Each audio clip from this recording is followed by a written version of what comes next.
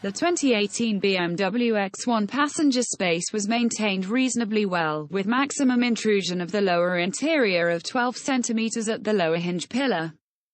Maximum upper interior intrusion measured 11 cm at the dashboard.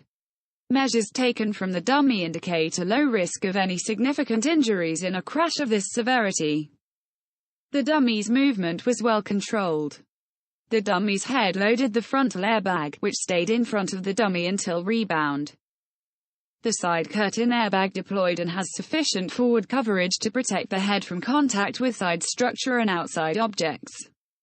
Measures taken from the dummy indicate a low risk of any significant injuries in a crash of this severity. The dummy's movement was well controlled. The dummy's head loaded the frontal airbag, which stayed in front of the dummy until rebound.